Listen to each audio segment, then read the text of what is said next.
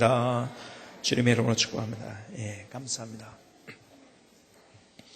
누구나 다른 사람이 잘 모르는 자기 안에 오래전서부터 찍어온 어떤 우리의 삶의 사진들이 우리 안에 있습니다. 우리 안에는 누구나 다 추억의 박물관들이 있습니다.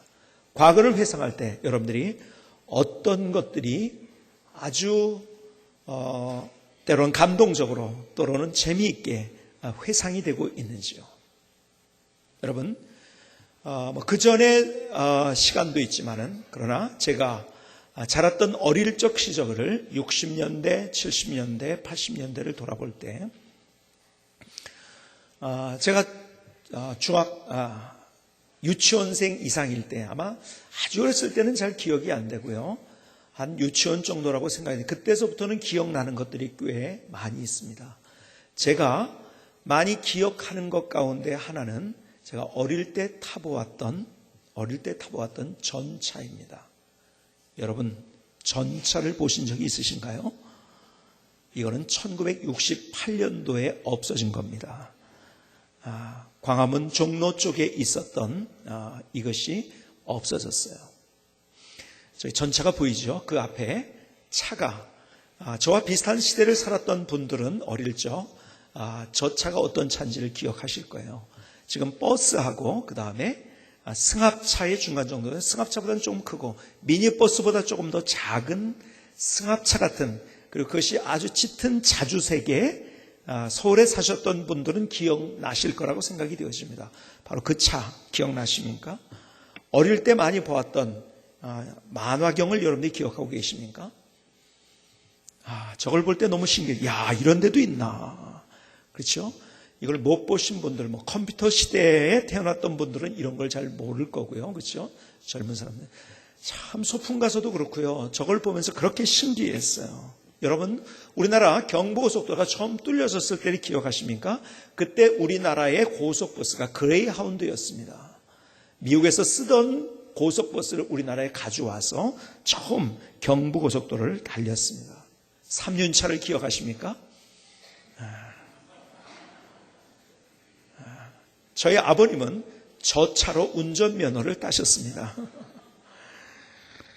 여러분, 만원 버스를 추억하고 계십니까? 그냥 밀쳐대던 떨어질 것 같이 그렇게 포니 택시를 기억하십니까? 남자들은 이러한 모습을 추억 속에 가지고 있을 거예요. 기합을 받던 모습들. 여러분, 학교 다닐 때의 교실이 생각나십니까? 그때의 교실. 거기에서 겨울에는 도시락을 올려놓고 데워 먹던, 그래서 맨 밑에 있는 건 다 타버렸죠. 그리고요, 그게 또 냄새가 많이 나서 진동을 해서 수업을 못할 정도로 그렇게 되는 경우들도 있어요. 이런 추억의 많은 것들이 우리 안에 있잖아요. 그렇죠? 마지막으로 제가 저의 어릴 적 사진을 처음으로 공개를 하도록 하겠습니다. 누가 저일까요? 오른쪽, 왼쪽. 제 동생과 함께 찍었던 사진입니다. 동생과의 많은 추억이 있어요. 제 동생은요, 지금 미국에서 사업을 하고 있는데요, 저보다 모든 것에서 좀 많이 뛰어났다고 저는 생각을 합니다. 저보다 훨씬 잘생겼고요. 그래서 미국에서도 성공한 코리언으로 한미은행이라는 데 모델이 됐어요. 그 은행을 통해서 성공했고 얼굴도 괜찮고 하기 때문에 신문에 큰 광고 낼 때 제 동생이 거기 한미은행이라는 데 모델입니다. 잘생기고 운동도 잘하고 아주 괜찮았던 그런 동생입니다. 지금도 괜찮지만. 그런데요, 제가 왜 이 사진을 보여주냐면 추억의 여러 가지 박물관에 있는 것들을 여러분에게 내놓으면서 어릴 적에 제가 초등학교 2학년 때라고 기억이 되는 것 같은데요, 어릴 때 제 동생 얘기를 하려고 하는 거예요. 하루는 늦은 밤에 이 동생이 갑자기 밤에 잠에서 깨어났어요. 그리고요, 밖에 나갑니다. 그런데 밖에 나가는데 신발을 신는데요, 두 쪽을 다 신어야 되잖아요. 오른발 왼발 신어야 되는데 한쪽만 신발을 신고 밖에 나가는 거예요. 근데 옆집으로 갔어요.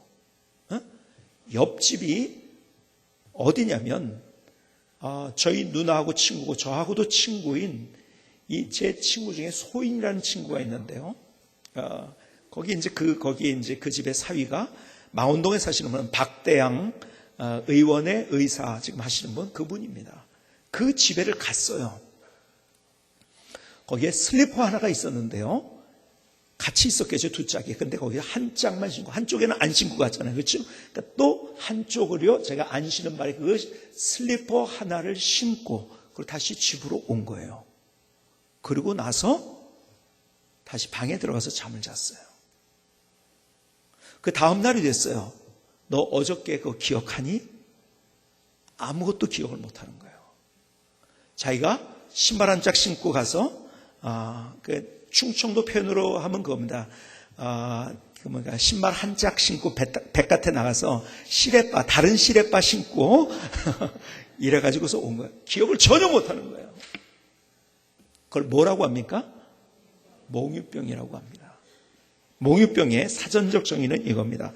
잠을 자다가 무엇에 이끌린 듯 일어나 멀쩡하게 행동을 하며 돌아다니고 하다가 다시 잠이 든 뒤 다음날 아침 깨어나서는 그런 일을 전혀 기억 못하는 병. 이게 몽유병입니다. 분명히 활동을 했어요. 충청도 편 백밭에 나갔어요. 다른 집에 갔어요. 그러나 전혀 기억을 못합니다. 왜요? 잠결이었어요. 그냥 행동을 했지만. 여러분, 이것은 굉장히 참 웃기는 거 아닙니까? 어처구니 없는 거 아닙니까? 그런데 우리의 인생이 그렇게 웃기게 어처구니 없이 우리의 인생을 살아가고 있지 않은가를 오늘 성경은 우리에게 도전해 주고 있어요. 여러분, 사무엘의 이야기를 통해서 오늘 하나님께서 사무엘을 부르시고 사무엘을 깨우십니다. 똑같이 우리를 깨우시고 하나님께서 우리를 일어나라고 말씀하신다는 거예요. 오늘 사무엘상 3장 1절로 5절 표준 세번역에 보니까 이렇게 말씀합니다. 어린 사무엘이 엘리 곁에 주를 섬기고 있을 때이다. 그때에는 주께서 말씀해 주신 일이 드물었고 환상도 자주 나타나지 않았다. 어느 날 밤 엘리야가 잠자리 누웠을 때이다. 그는 이미 눈이 어두워서 잘 볼 수가 없었다. 사무엘은 하나님의 궤가 있는 주의 성전에서 잠자리 누워 있었다. 이른 새벽 하나님의 등불이 아직 환하게 밝혀져 있을 때 주께서 사무엘아 사무엘아 하고 부르셨다. 그는 제가 여기 있습니다 하고 대답하고서 곧 엘리에게 달려가서 부르셨습니까? 제가 여기 왔습니다 하고 말하였다. 그러나 엘리는 나는 너를 부르지 않았다. 돌아가서 누워라 하고 말하였다. 사무엘이 다시 가서 누웠다. 자, 보세요. 이 사건이 반복됩니다. 하나님 부르셨는데요, 사무엘을 깨우신 거예요. 그런데 달려갔죠. 엘리에게. 나 부르셨습니까? 부른 적 없다. 계속 반복이 됩니다. 오늘 이 장면 속에서 먼저 우리에게 보여주는 그림 하나가 있는데, 그것은 하나님이 사무엘을 깨우셨다는 거예요.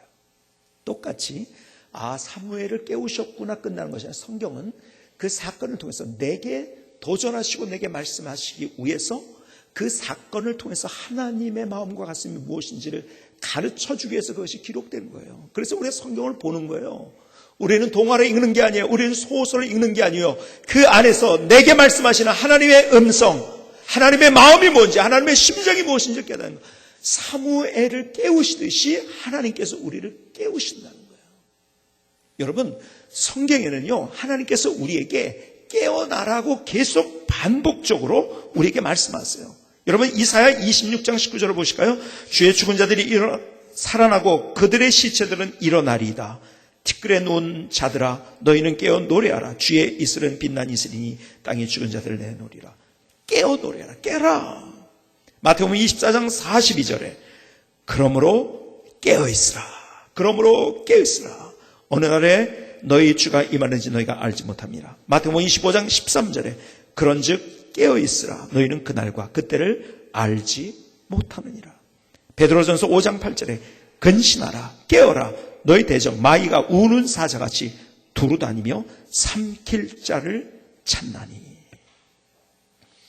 성경은요, 다 제가 봉독하지 못합니다. 성경은 계속 우리에게 깨어라, 일어나라, 깨어라, 일어나라 우리에게 말씀하고 있어요. 여러분, 사실은 우리가 참 좋은 계절을 지금 지나가고 있어요. 봄, 여름, 가을에 계절이 있다는 것도요, 사실 하나님께서 우리에게 주시는 하나의 자연을 통해서 우리는 깨어나라고 하는 하나님의 콜입니다. 이것이 사실은요, 이렇게 계절이 바뀔 때마다 우리가 다시 인생을 생각하도록 만드는 거예요. 그렇죠? 그래서 저는요, 봄, 여름, 가을, 겨울에 그 계절을 굉장히 느끼려고 제가 생각합니다. 이번에도요, 여러분 잘 보세요. 얼마나 단풍이 좋은 계절은, 특별히 고양시는요, 단풍 보기 좋은 데가 너무 많이 있어요. 참 우리나라가 대단한 나라예요. 수도에 강이 있고, 그것도요, 여러분 테임즈강 요 정도 뭐 이런 조그만 강이 아니라 큰 강과 산이 있는 수도는 없습니다. 전 세계 어디도. 더군다나 그 산이 우리는 뭔지 아세요? 국립공원이에요. 기가 막힌 산을 뒤에 두고 참 단풍 보기도 좋고, 조금만 가면 북한산에 우리가요 둘레길 가면 단풍도 많이 있고요. 저는요 계절에 따라서 굉장히 느끼려고 해요. 왜냐하면 하나님이 그 계절을 통해서 우리를 깨우시기 때문에. 그래서 봄, 여름, 가을, 겨울에 제가 가려고 목표하는 데가 있어요. 어딘지 아세요? 제가 가려고 하는 데가 있는데 거기는 바로 창덕궁입니다. 여러분, 지난주에도 제가 이 지역에 있는 목사님들을 모시고 그리고 제가 창덕궁에 갔는데요. 제가 쭉 안내를 하면서 거기를 사람들이 이런 얘기를 하는데 참 답답한 게 이거예요. 중국의 자금성에 가봤더니 우리나라 궁궐은요, 자금성에 화장실만 하대요. 이거 바보 같은 얘기고요. 역사를 몰라도 너무 모르는 거, 우리나라 궁궐을 몰라도 너무 모르는 바보 같은 소리라는 거 아십니까? 제가요, 그 창덕궁을 설명하면서 목사님들을 딱 모시고 갔는데요. 이분들이 놀래 자빠져서 기절하려고 해가지고 좀 깨웠어요, 제가. 첫 번째는요, 거기를 처음 자기가 초등학교 다닐 때 들어오고서 처음 들어왔다는 분도 있고요. 그러면서 이 궁이 이렇게 큰지를 몰라요. 여러분, 굉장히 어디입니까? 창경궁까지 해가지고요, 한 바퀴 돌려면 굉장히 큽니다. 어떤 분은 그러더라고요. 아니, 가만히 내가 다 걸어보니까요, 자금성보다 더 큰 것 같다고. 여러분, 자금성은요, 아주 밋밋한 성이에요. 그리고요, 자연을 거스리는 거예요. 얼마나 딱딱한 궁궐입니까, 거기는요. 그런데요, 한국의 궁궐에 들어가 보면 너무 아름다워요. 얼마나 아름다운지. 그래서 한국의 건축 예술이 어떤 것인가를 알 수 있는 데가 바로 창덕궁이고 후원입니다, 그 안에. 너무너무 기가 막혀요. 그런데 봄, 여름, 가을, 겨울, 그게요, 그 모습이 다 달라져요. 여러분, 자금성을 다닌 사람은 알지만요, 목마르고 힘들고요, 짜증납니다, 거기가. 근데요, 우리나라의 궁궐은요, 가면은 감동입니다. 지금 단풍이 제일 좋은 데가 언제? 다음 주가 그럴 것 같아요. 다음 주에 창덕궁을 꼭 가시기 바랍니다. 가실 수 있는 분들은. 여기 사무실이 시내인 분들, 저기 예를 들어 시청 앞에 있는 분들, 이런 분들 있잖아요. 꼭 한번 점심 때는요, 한 달인가 끊으면 싸게 해가지고서 매일 들어갈 수도 있어요. 너무너무 기가 막혀요. 이걸 모르고서 무슨 어디 단풍놀이 간다, 그거 힘만 들고요, 이렇게 좋은 데가 있는데. 저는 가서 묵상하면서 이번에도 하나님께서 제게 깨닫게 하신 얼마나 수많은 인사이트들이 있는지 여러분 너무 기가 막혀요. 저는 계절을 느끼려고 해요. 오늘 새로운 포스터, 우리가 기본으로 2010이라는 처음 봤죠? 이 사진이, 그렇죠? 옛날에 기찻길로 있던 걸. 이 사진이 굉장히 비싼 사진을 저희가 구입을 했어요. 굉장히 유명한 작가가 찍은 사진이에요, 이거. 그러니까 괜찮은 것 같죠, 그렇죠? 굉장히 유명한 작가가 찍은 거예요. 그 이름이 유관재입니다. 야, 억새를 봤는데요, 너무 맛있는 거야. 이 앞에서 제가 한참 기도를 했다니까요. 그리고 찍은 사진입니다, 이게. 네? 그리고 이것을 좋은 카메라 저는 사용 안 했어요. 몇백만 원짜리 이거 아니고요. 여러분, 스마트폰으로 찍은 거예요, 이게. 아세요? 스마트폰으로 찍어가지고 제가 누구한테 보내냐면 김원겸 목사님한테 전송을 했어요. 그리고 이거 가지고 포스터 만들었으면 좋겠다. 사실 이거보다 더 멋있는 것들이 있는데, 어쨌든 하여간 여기에 맞는 게, 지금 포스터를 맞기에 좋은 것이 오 사진이라 가지고. 그래서 사실은 또 멋있는 게 뭐냐면 김원겸 목사님이 또 이런 걸 또 이렇게 잘 만들어요. 그렇죠? 그래서 멋있잖아요. 그렇죠? 제가 말씀드리려는 게 뭔지 아시면 계절이요. 하나님께서 우리에게 왜 그냥 계절 없이 지나가면 그냥 우리가 다람쥐 쳇바퀴 돌듯이 그냥 비몽사몽간에 우리의 인생을 사는데 우리를 다시 깨우는 거예요. 계절이 뭔지 아세요? 하나님이 우리를 깨우시는 거예요. 여러분, 그래서 계절의 그 고비고비 속에서 하나님 앞에 기도하면서 하나님이 또 내게 무엇을 말씀하시는가를 들을 수 있어야 되는 거예요. 어쨌든 성경은 우리에게 계속 어쩌면 비몽사몽간에 잠결로 살아가는 우리들을 향해서, 아니 내가 직장인을 다녀요, 사업을 합니다, 무슨 일을 해요. 그런데 왜 하는지 몰라요, 어떻게 하는지 몰라요. 뒤를 돌아봤더니 아무것도 다른 것이 생각이 안 나요. 기쁨도 없어요, 감격도 없어요, 간증도 없어요, 노래도 없어요. 그게 뭔지 아느냐? 그건 몽유병적인 인생을 사는 것이다. 그것은 잠결에 사는 것이다. 비몽사몽간으로 사는 것이다. 우리를 향해서 주님께서 사무엘을 깨우시듯이 주님이 우리를 깨우고 계신 거예요. 일어나라, 깨어라. 여러분, 그렇다면요, 깬다는 의미가 무엇인가? 여러분, 성경에서요, 예수님의 비유 가운데 깬다는 것이 무엇인지를 우리에게 잘 가르쳐준 비유 하나가 있어요. 그것이 뭐냐면 여러분이 잘 아는 열처녀의 비유입니다. 열처녀의 비유 아시죠? 거기에 몇 명이 등장을 합니까? 10명이 등장을 합니다. 그렇죠? 열처녀의 비유니까요. 거기에 미련한 처녀 몇 명? 5. 그 다음에 슬기로운 처녀 몇 명? 5. 자, 왜 미련한 처녀고 왜 슬기로운 처녀였는가? 몇 명이 잤어요? 몇 명이 졸았어요? 네? 이제 우리 교회는 수준이 있어가지고 성경을 정확하게 합니다. 사람들이 이렇게 물어보면 5명은 자고 졸고 5명은 안 졸았다고 얘기를 해요. 근데 보세요, 성경을 보실까요? 마태복음 25장 1절로 5절에 그때의 천국은 마치 등을 들고 신랑을 맞으러 나간 10처녀와 같다 하리니 그 중에 5은 미련하고 5은 슬기 있는 자라. 미련한 자들은 등을 가지되 기름을 가지지 아니하고 슬기 있는 자들은 그릇에 기름을 담아 등과 함께 가졌더니 신랑이 더디 오므로 5명은 자고 5명은 안 잘세. 그렇게 돼 있나요? 뭐라고요? 다 조는 정도가 아니라 잤다고 했어요. 자, 보세요. 그런데 왜 우리가 이 귀절을 헷갈려고 하냐면 마지막 예수님의 결론이 이거예요. 뭔지 아세요? 이 비유를 말씀하시면서 마지막 이거예요. 마태복음 25장 14절. 그런즉 깨어있으라. 너희는 그날과 그때를 알지 못하니라. 이 비유의 결론이 뭐고 이 비유를 통해서 우리에게 주시고자 하는 메시지가 뭐냐면 깨라는 거예요. 깨라는. 그러니까는 사람들이요, 그냥 이 얘기를 가지고서 그래, 5명은 졸고 5명은 안 졸았구나 이렇게 생각을 합니다. 아니에요. 다 졸며 잘세. 그러니까 주님께서는요, 우리가 육체적으로 자는데 깨라는 소리가 아니에요. 여러분, 잘 자는 게 하나님의 축복이에요. 그래서 하나님이 사랑하는 자에게 잠을 주신다고 시편에 말씀하셨어요. 그렇죠? 여러분, 잠을 잘 자야 돼요. 여러분, 자다가 자지 말고 깨라는 얘기 아니에요. 육체적으로 깨라는 얘기가 아니에요. 그러니까 잘 자야 돼요. 그래서 교회 와가지고 잘 자시는 분들이, 주무시는 분들이 계세요. 그렇죠?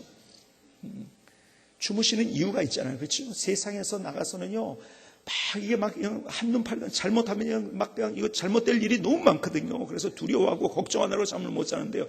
교회만 딱 오면 목사님은 아무려면 좋은 말만 하겠지 안심하고서 너무 안심이 돼가지고 그냥 주무시는 거예요. 밖에서는 안심이 안 되는, 교회 들어오니까. 그래서 자는 것도 은혜예요. 그냥 주무실 분들은 계속 주무시기 바랍니다. 여러분, 자는 게 아니라 너희들이 깨어라는 말이 무슨 말인지 아세요? 자, 다시 보십니다. 마태복음 25장 1절로 5절에 그때 천국 마치 등을 들고 신랑을 맞으러 나간 10처녀와 같다 하리니 그 중에 5은 미련하고 5은 슬기 있는 자라. 미련한 자들은 등을 가지되 뭐요? 기름을 가지지 않냐고. 슬기 있는 자들은 그릇에 기름을 담아 등과 함께 가졌더니. 자, 보세요. 신랑이 더디움으로 다 졸며 잘세. 그때 신랑이 나타났어요. 이제 이 얘기가 그래야 되죠. 그래서 그 다음에 결론이 뭐예요? 그런지 깨어있으라. 그러니까 육체적인 잠에서 끌어내는 거예요. 영적으로, 정신적으로 우리가 자고 있는 비몽사몽간에 몽유병을 앓는 것처럼 살고 있는 그곳에서 우리가 깨어나야 된다는 거예요. 그러니까 자, 보세요. 그림을 그려보세요. 10처녀의 비유 가운데 다른 5처녀, 미련한 처녀 똑같았어요. 겉모습은 똑같았어요. 그렇죠? 슬기로운 처녀와 미련한 처녀는 똑같았어요. 그런데 뭐가 달랐습니까? 그 안에 기름이 담겨져 있느냐 없느냐, 그건 안 보였어요. 그렇죠? 여러분, 내가 그것을 한번 봐야 된다는 거예요. 사실은요, 우리가 남이 다 잘 보이거든요. 우리가 남은 판단해요. 남은 판단해. 근데 나는 잘 안 보이거든요. 그러니까요, 나에 대해서 내가 그냥 그저 그렇게 인생을 살아. 다른 사람은 훈수 너무 잘 듭니다. 지금은 돌아가셨지만 그분을 생각할 때마다 참 따뜻하고 또 웃음이 나오는 아주 따뜻한 분이었어요. 저희 교회 오래 돌아가신 집사님이신데, 그분이 저쪽에 지금 어디입니까? 힐튼 호텔이 있는 쪽에, 그쪽에 사시는데요. 호은동 쪽에. 한 번은 신방을 갔어요. 그때 대신방을 갔던 것 같아요. 신방대원들하고 갔는데, 그분이 예배를 끝나자마자 글쎄 말이에요, 아주 말도 참 조용하게 하는데 재밌게 하세요. 내가 글쎄 말이에요, 내 결혼식장에 지난주에 갔잖아요. 그런데요, 어디서 저 앞에 누가 오시더래요. 근데 보니까는 아는 분인 거야. 어디서 많이 봤는데, 그래서 많이 봐가지고서 아는 분인데 하고서 가까이 갔더니 그분도 가까이 오시더래요. 그래가지고 더 가까이 가서 보니까 분명히 아는 사람이 누군지 잘 기억이 안 나요. 조금 더 가까이 갔대요. 분명히 아는 사람이에요. 그래서 무조건 안녕하세요 인사를 했대요. 그랬더니 상대방도 안녕하세요 인사를 하더래요. 그걸 더 가까이서 봤더니요, 누군지 아세요? 자기였대요. 거울이 있었는데 거울을 보고서 혼자 자기가 그런 거야. 그날 신망 같은 사람들이 진짜 배꼽 다 튀어나왔습니다. 그 얘기를 그냥 얼마나 있었던 그 일을 갖다 얼마나 재밌게 얘기를 하는데, 자기도 진짜 그분이 연세가 이제 드셨거든요. 그때가 한 70이 넘으셨던 것 같아요. 자기였대요. 제가 무슨 말 하는지 아세요? 남은 내가 너무 잘 알아. 남의 단점도, 남이 잘못하는 것도, 남이 어떻게 하고 있는, 근데 나는 모르는 거예요. 그런 나를 하나님께서 오늘 깨우시는 거예요. 너 일어나라. 너 지금 뭐 하고 있는지 알아? 잠결로 살고 있어. 몽유병적인 비몽사몽간의 인생을 깨라. 깬다는 것은 속에 겉으로 볼 때 다 똑같아요. 여기서 다 그냥 이렇게 우리가 지내고 있잖아요. 그렇죠? 다. 그런데 정말 내 안에 무엇이 담겨져 있느냐? 여러분, 우리 예수 그리스도를 믿는 믿음으로 하나님의 자녀가 됐어요. 그렇다면 우리 안에 담겨져야 될 것이 있는데 뭐가 있어요? 여러분 보세요. 여기에 사무엘을 깨우시는 하나님, 왜 깨우셨는지 아세요? 사명을 주시기 위해서 깨우신 거예요. 무엇이 담겨야 되는지 아세요? 우리 안에 사명이 담겨야 되는 거예요. 이거 없으면 우린 잠결로 사는 인생을 살고 있다는 거예요. 비몽사몽간의 인생을 살고 있다는 거예요. 사명이 담겨야 된다. 그것이 깨어있는 인생이다. 여러분, 사명이 무엇인가에 대해서 여러분이 말씀드렸죠? 이거 항상 여러분이 생각을 해야 돼요. 사명이 뭐예요? 첫 번째, 많이 있는 것. 내가 어떤 재능이나 어떤 특별한 것들이 많이 있는 게, 그건요, 하나님이 내게 주신 사명이에요. 두 번째, 뭐가 사명이라고 했어요? 기쁨이 있는 것. 그걸 할 때 기쁨이 있어요.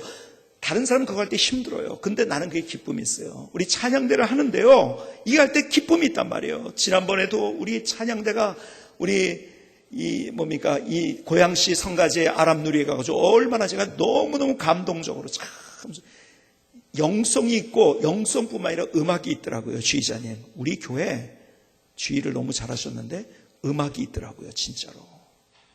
네? 영성이 있고 음악이 있고. 근데요, 어떤 사람이 여기 와서 하라고 그러면요, 힘든 사람이 있어요. 근데 여기 와서 기뻐요. 찬양하는. 여러분, 찬양대가 굉장히 중요한 건데 왜 중요한지 아세요? 우리가 예배를 앞에서 끌고 가는 사람들이 찬양. 그래서 더 많이 기도해야 되고 더 준비해야 되는 게 찬양대고요. 그리고 여러분들이 감사해야 될 게, 찬양대 때문에 우리는 찬양대 뒷다리 잡고서 그래도 내가 하나님 앞에 예배 드린다는 찬양을 앞에서 해줘. 자, 보세요. 내가 그거 할 때 기쁨이 있는 게, 그게 사명인 거예요. 세 번째, 사명이 뭔지 아세요? 사명, 거룩한 부담감. 내게 주시는 어떤 거룩한 부담감이 있어요. 가슴에 주시는 거룩한 부담감. 사명이에요. 하시는 거예요. 네 번째, 뭐가 사명이라고 했죠? 불평거리가 사명이에요. 여기 와가지고서 왜 저러고 있지? 왜 무슨 교사들이 왜 저러지? 지난번에 어떤 분이요? 우리 교회, 지금 저기에 뒤에서는요, 아이들이 많아가지고 우리 교회는요, 지금 저 유아실에서는 지금도 난리입니다. 그렇죠? 난리예요. 그때 왔더니 방석도 좀 지저분하고, 수유하고 싶은데, 모유를 수유하고 싶은데, 그렇게 할 수 있는 것도 없고, 그래서 불평 어린 얘기를 하더라고요. 그런데 딱, 불평이 되시냐고. 그럼 그게 사명이라고. 딱 그랬더니요, 참 우리 교회 성도님들은요, 참 수준이 있어요. 그걸 딱 알아듣고 자기가 하겠대요. 다음 주에는 조금 더 우리 유아실이 좋아질 겁니다. 많이 변화가 있을지 어떨지 모르지만 조금 더, 그래서 수유할 수 있고 좀 모든 것들을 좀 깨끗하게. 제일 불쌍한 인생, 불행한 인생이요, 불평하고만 있는 인생이에요. 여러분, 불평거리가 있으니까 사명입니다.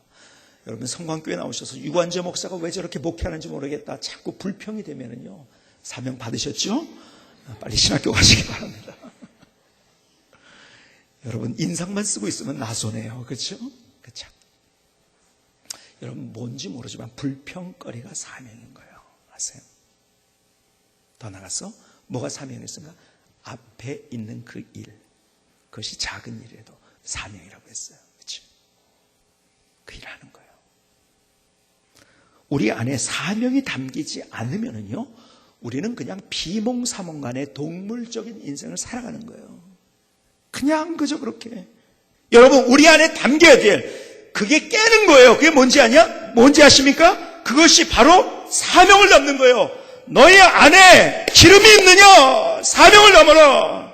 두 번째, 여러분, 깨어라 하는 말씀 속에서는 무슨 말이 있는지 아십니까? 마태복음 26장 38절에 보니까 이에 말씀하시되 내 마음이 매우 고민하여 죽게 되었으니 너희는 여기 머물러 나와 함께 깨어 있으라 하시고. 여기 깨라는 말이 무슨 말입니까? 깨라는 말은 기도하라는 거예요. 지금 감람산에서 제자들과 함께 오신 거예요. 예수님이 기도하러 오셨어요. 너희도 나와 함께 깨어 있으라. 무슨 말입니까? 나와 함께 기도하자. 에베소서 6장 18절에 보니까 모든 기도와 간구를 하되 항상 성령 안에서 기도하고 이를 위하여 깨어 구하기를 항상 힘쓰며 여러 성도를 위하여 구하라. 자, 보세요.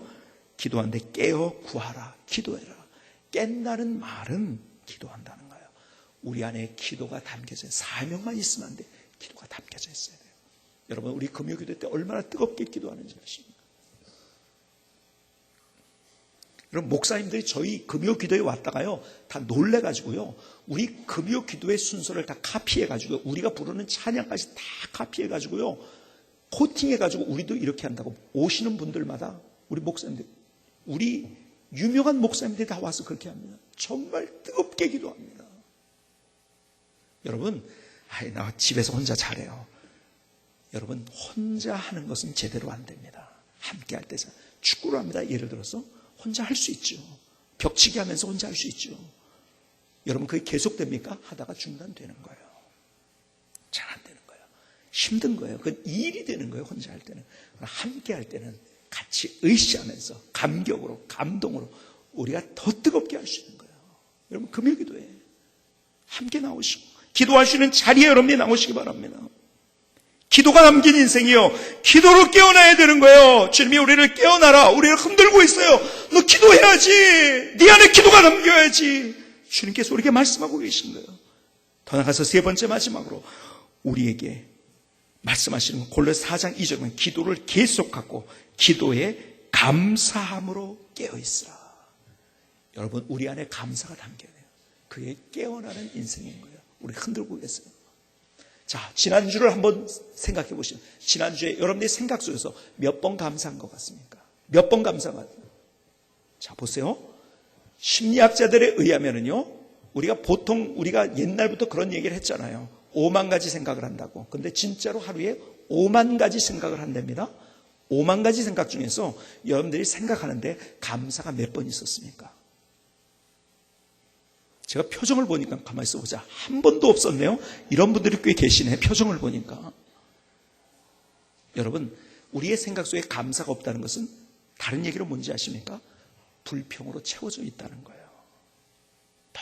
너무 불평. 그러니까 감사가 자꾸 담겨야 돼요. 그래서 불평이 밀려나가게 돼요. 자꾸 우리는 우리의 삶 속에서 불평이 나는 거예요.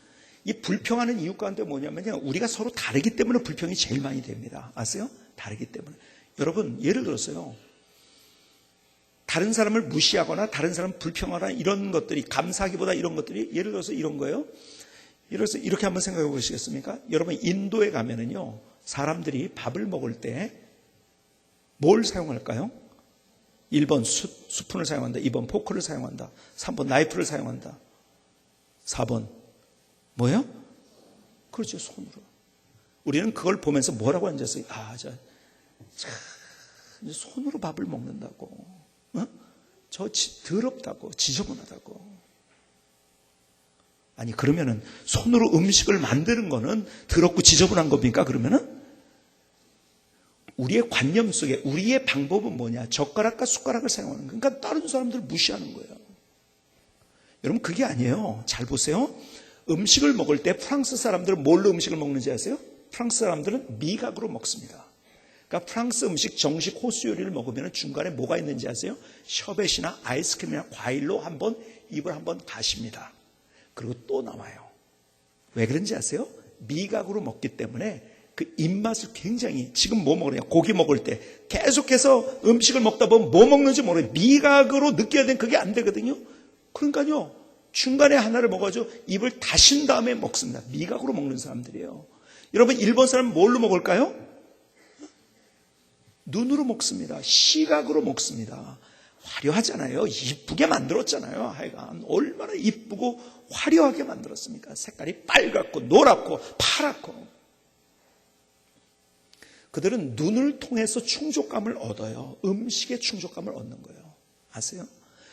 여러분, 동남아에 가면은요, 냄새나는 그런 향이 있는 것들이 많이 있어요. 뭐 저렇게 먹는, 아니요. 그 사람들은 그 향으로 먹는 거예요. 그들은 후각을 사용합니다. 다 다른 거예요. 여러분, 그렇다면 중국 사람은 뭘로 먹는지 아세요? 뭘로 먹을까요? 중국 사람들은요, 배로 먹습니다. 얼마나 먹는지 몰라. 해간 뭐. 중국 음식 보세요. 겉은 다 똑같아요. 소스가 똑같으니까요, 속에 뭐 들었는지 몰라요. 그래서 중국 사람은 은큼하다고 하잖아요.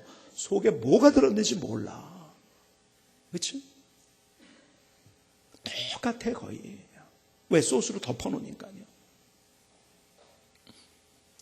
근데요, 돈만 벌면은 그냥 막 일주일씩 그냥 잔치를 벌입니다. 하여간 때려 넣어요. 그냥 막 그냥. 얼마나. 그렇다면 여러분, 인도 사람들은 어떻게 먹을까요? 뭘로? 손으로 먹어요. 무슨 얘기인지 아세요? 촉각으로 먹는 거예요. 만지면서 충족감을 얻는 거예요. 여러분, 내가 자꾸 이런 거 걷어내야 됩니다. 내 선입견. 우리는 젓갈로 먹었기 때문에 손으로 먹으면 지저분하다, 더럽다고 생각해. 미개하다. 아니, 그러면 음식 만들 때도요, 손 사용하면 안 되잖아요.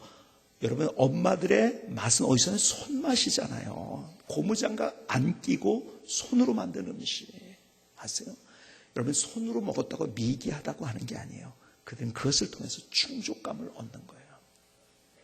한국 사람은 그럼 뭘로 먹을까요? 한국 사람들은요, 온몸으로 먹습니다. 아세요? 하여간 미각도 발달해 있어가지고 뭐 먹지? 우리는 어저께도 제가 그거 먹었는데요, 아주 그냥 막 발효가 너무 많이 돼가지고서 그냥 뭡니까? 그냥 확 깨게 만드는 홍어회. 발효 음식을 먹을 줄 아는 미각을 우리는 가지고 있어요. 다른 나라 사람은 잘 못 먹습니다. 자, 보세요. 거기에다가요, 우리는 눈도요, 다른 데보다도 더 중국 요리나 이런 것보다도요, 여러분이 보게 아름답게 만듭니다. 시각도 있어요. 아세요?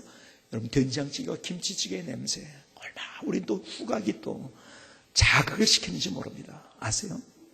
상추쌈을 싸먹을 때는요, 인도식 촉감까지 있어요, 우리가. 그렇죠? 그리고요, 앞에다가요, 신솔로 문화가 그거잖아요. 막 그냥 끓이면서 그냥 막 그냥 하면서 먹는단 말이에요. 그래서 땀을 흘려요. 저는요, 어느 나라를 가보더라도 우리나라처럼 음식 먹으면서 온몸에 땀 흘리면서 먹는 나라는 없는 것 같아요. 진짜로. 우리는 온몸으로 먹습니다. 그렇죠? 근데요, 다 다르다는 얘기를 제가 드리고 있는 거예요. 아세요? 내 선입견으로 손으로 먹어? 지저분해? 아니에요. 그게 문화인 거예요. 삶인 거예요. 그것으로 충족감을 느끼고 있는 거예요. 그러니까 우리는요, 내 잣대를 가지고 자꾸 사람을 보는 거예요. 그러니까 뭐가 나오니까 불평이 나오죠. 원망이 나오죠. 저 사람 왜 저럴까? 저 사람 왜 저럴까? 아니에요. 우리가 이제는 상대를 인정해 주면서, 그러니까 남편을 볼 때마다 화나는 이유가 그거예요. 왜? 내 눈으로 보니까. 아내를 보면서 화나는 이유가 그거예요. 내 눈으로 보니까요. 내 경험, 내가 가지고 있는 문화, 내가 체험한 것, 내 느낌, 내 감정으로 상대를 보니까 아니에요. 그러다 보면 우리는 감사가 없게 되는 거예요. 불평만 있게 되는 거예요. 오늘 주님께서 우리를 흔들고 계세요. 너 그러면은 불평하다 인생 불행해진다. 우리를 흔들고 계세요. 깨어나라고. 일어나라.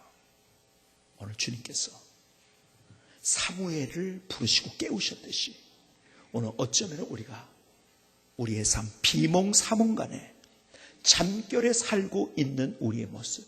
너 정신 차려! 일어나야지! 깨어나야 돼! 오늘 사무엘을 통해서 우리에게 주시는 하나님의 음성인 거예요. 우리의 삶의 사명으로 깨어나는 거예요. 기도로 깨어나는 거예요. 감사로 깨어나는 거예요. 오늘 하나님께서 우리에게 주고 계신 주님의 마음, 나를 흔들고 계신 주님의 뜻을 우리가 깨달을 때 우리 다시 새로운 인생을 만들 수 있는 거예요. 김승기 성사님의 찬양을 들으시겠습니다.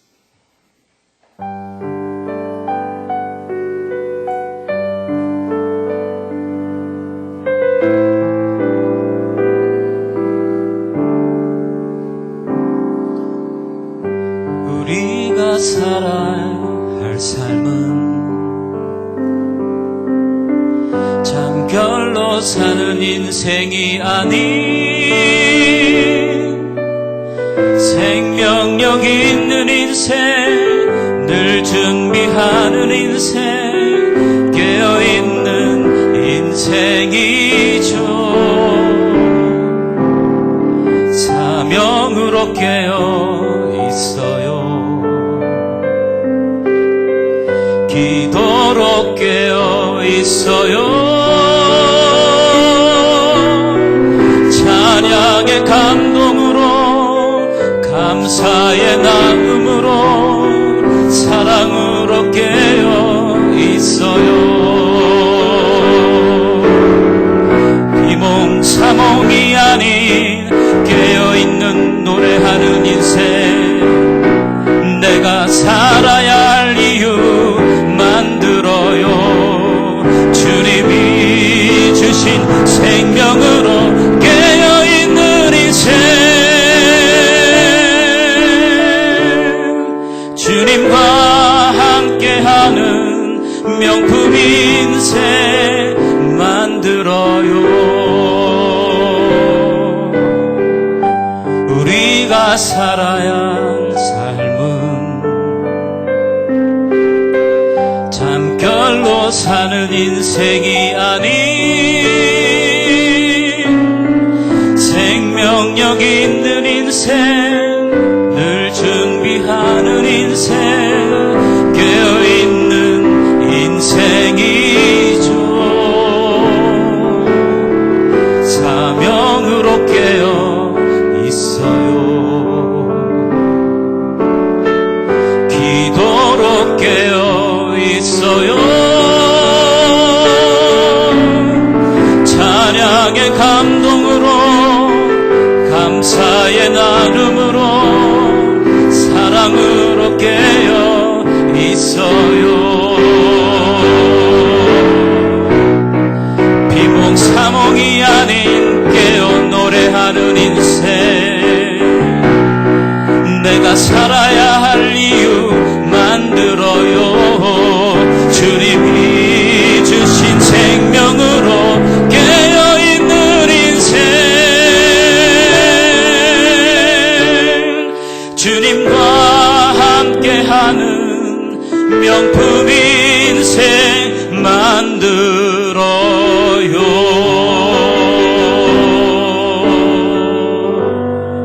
아멘. 하나님, 나의 고백입니다. 하나님, 나의 노래를 주님 앞에 올려드립니다. 나의 마음을 주님 앞에 드립니다. 하나님 감사합니다.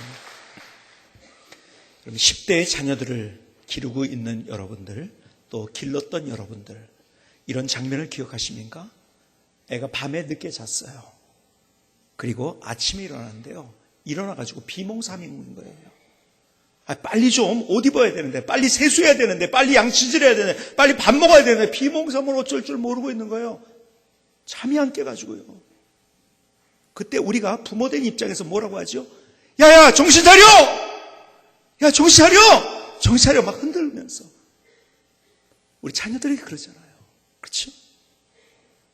오늘 주님께서 우리에게 그렇게 다가오고 계세요. 어쩌면 비몽사몽간에 잠결 속에서 내가 지금 무엇을 하는지 모른 채 다람쥐 쳇바퀴 돌듯이 나의 인생을 살아가면서 헤매고 있는 나에게 주님, 오늘 사무엘에게 오셨던 주님이 오늘 나에게 그렇게 다가오셔서 말씀해, 야야, 정신 차려! 야, 깨어야 돼! 일어나! 오늘 어쩌면 흐느적거리고 있는 나의 인생, 주님이 나에게 말씀하세요. 오늘 주님께서 내 마음이 다시 깨어나기를 원하세요. 내 삶이 다시 깨어나기를 원하세요. 내 삶에 내 온몸의 세포 하나가 다시 새롭게 깨어나기를 원하세요. 내 손과 발이 새롭게 깨어나기를 원하세요. 오늘 여러분들이 자녀들에게 그렇게 하셨듯이 오늘 주님께서 여러분들에게, 야야, 정신 차려! 정신 차려! 일어나! 오늘 주님의 음성을 들을 수 있는 귀한 시간이 될 수 있기를 주님의 이름으로 축복합니다. 기도하시겠습니다.